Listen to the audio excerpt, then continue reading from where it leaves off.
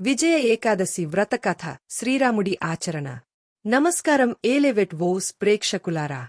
మన హిందూ సాంప్రదాయాలలో ఏకాదశి వ్రతానికి ఎంతో మహత్వం ఉంది. ఈరోజు మనం శ్రీరాముడు ఆచరించిన విజయ ఏకాదశి వ్రతం గురించి తెలుసుకోబోతున్నాం. ఇది పాటించినా, విన్నా, చదివినా విజయం తప్పక లభిస్తుందనే విశ్వాసం ఉంది. మరి ఆలస్యం ఏమిటి?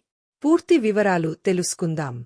హిందూ ధర్మశాస్త్రాల ప్రకారం ఏ వ్రతమైనా పూర్తయిన తర్వాత వ్రతకథను చదివి శిరస్సున అక్షింతలు వేసుకోవడం ఎంతో ఫలప్రదం.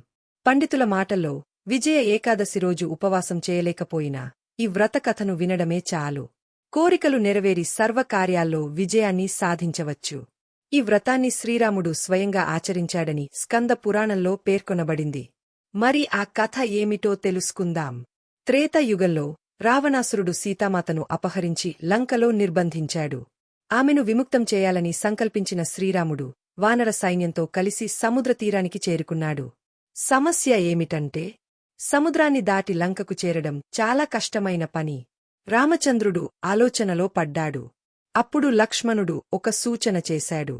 సమీపంలోని ఆశ్రమంలో ఉన్న బకదళాభ్య మహర్షిని కలవాలని అన్నాడు. దోషి సూచన.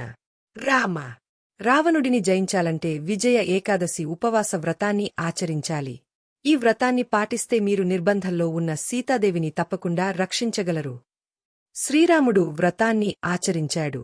ఆ తరువాత సముద్రంపై రామసేతువు నిర్మించి లంక చేరుకుని రావణుడిని జయించి సీతమ్మను తిరిగి తీసుకువచ్చాడు.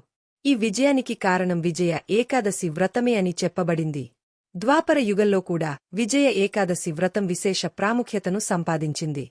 యుధిష్ఠిరుడు శ్రీకృష్ణుడిని అడిగాడు, ఈ వ్రతాన్ని ఆచరించితే ఎలాంటి ఫలితాలుంటాయి? ఈ వ్రతాన్ని ఆచరించండి పాండవులారా.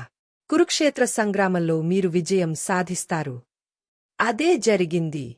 పాండవులు విజయ ఏకాదశి వ్రతాన్ని పాటించి మహాభారత యుద్ధంలో విజయం సాధించారు. ఇంత గొప్ప వ్రతాన్ని మనం కూడా పాటిస్తే, ఈ వ్రతాన్ని పాటించినా, కథ విన్నా, చదివినా మన కోరికలు నెరవేరతాయి. ఏ పనినైనా విజయవంతంగా పూర్తి చేయగలుగుతాం. అయితే ఆలస్యం ఎందుకు? ఈ ఏకాదశికి మీరు కూడా ఈ వ్రతాన్ని పాటించండి. విజయం మీ సొంతమవుతుంది.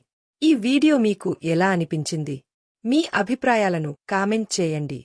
మరిన్ని ఆధ్యాత్మిక వీడియోల కోసం ఏలెవెట్ వోస్ ఛానల్ను సబ్స్క్రైబ్ చేయండి. జై శ్రీమన్నారాయణ.